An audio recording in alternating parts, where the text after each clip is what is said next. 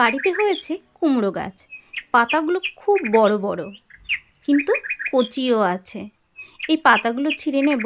পাতা দিয়ে তৈরি করব একটি সহজ এবং দারুণ রেসিপি। বেশি নয়, 3টে পাতাই নেব।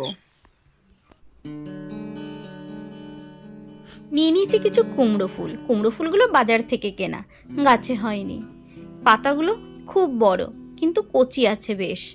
প্রথমে পাতাগুলো থেকে শিরাগুলো ঠিক হাতের সাহায্যে এভাবে ছিঁড়ে নেব, তাহলে পাতাগুলো বেশ নরম হয়ে যাবে।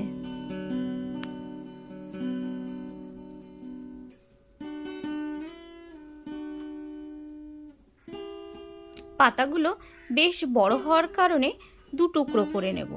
2 টুকরো করলেও বেশ বড় সাইজের বড়া হবে।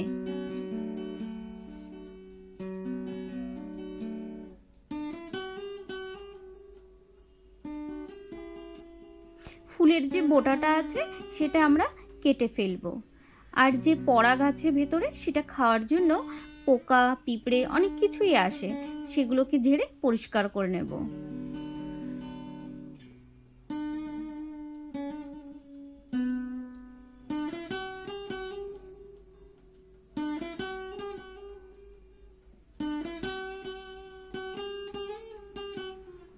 সব ফুলগুলো এবং পাতা কেটে নিয়েছি। এবার খুব ভালোভাবে ধুয়ে জল ঝরিয়ে নেব। নিয়ে নিয়েছি একটি পাত্র, তাতে দিয়ে দিচ্ছি বেসন। এখানে আমি বেসন দেব 4 চামচ আর চালের গুঁড়ো দেব 5 চামচ। চালের গুঁড়োর পরিমাণ একটু বেশি দিলে খুব মুচমুচে হবে।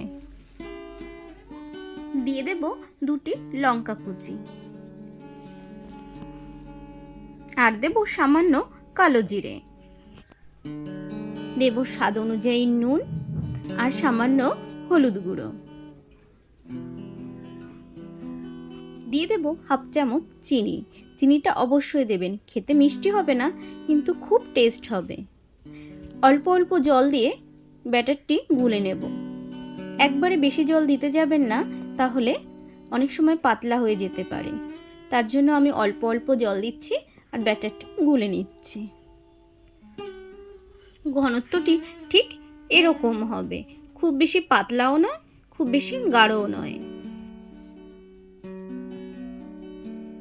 ওভেনে একটি কড়াই বসিয়ে দিয়েছি, কড়াই গরম হয়ে গেছে। দিয়ে দিচ্ছি 2 চামচ অলিভ অয়েল। আপনারা যে কোনো তেল ব্যবহার করতে পারেন। যে পাতাটি ছিঁড়ে রেখেছিলাম সেটাকে 2 ভাঁজ করে এইভাবে ব্যাটারে ডুবিয়ে নিতে হবে। ব্যাটারে ডুবিয়ে তেল গরম হয়ে গেছে, গ্যাসের ফ্লেমটা কম করে দিয়েছি। এবারে ভেজে নিতে হবে। গ্যাসের ফ্লেমটা অবশ্যই কম রাখতে হবে, না হলে পুড়ে যাবে, এদিকে পাতা সেদ্ধ হবে না, তখন খেতে ভালো লাগবে না। ধীরে ধীরে এভাবে আমরা ভেজে নেব। ঠিক এমন লাল লাল এবং মুচমুচে করে ভেজে তুলতে হবে।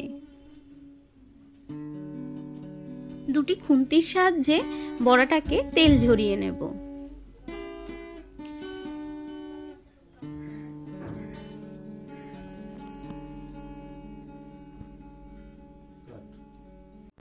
ঠিক একইভাবে বাকি পাতার বড়াগুলো ভেজে নেব।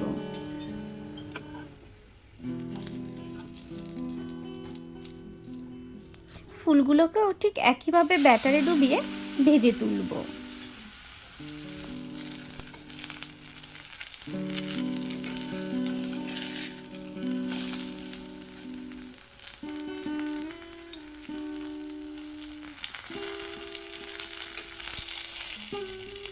ফুলগুলোর আকার ছোট হয়, একই সঙ্গে 2টো করে ভেজে তুলে নেব।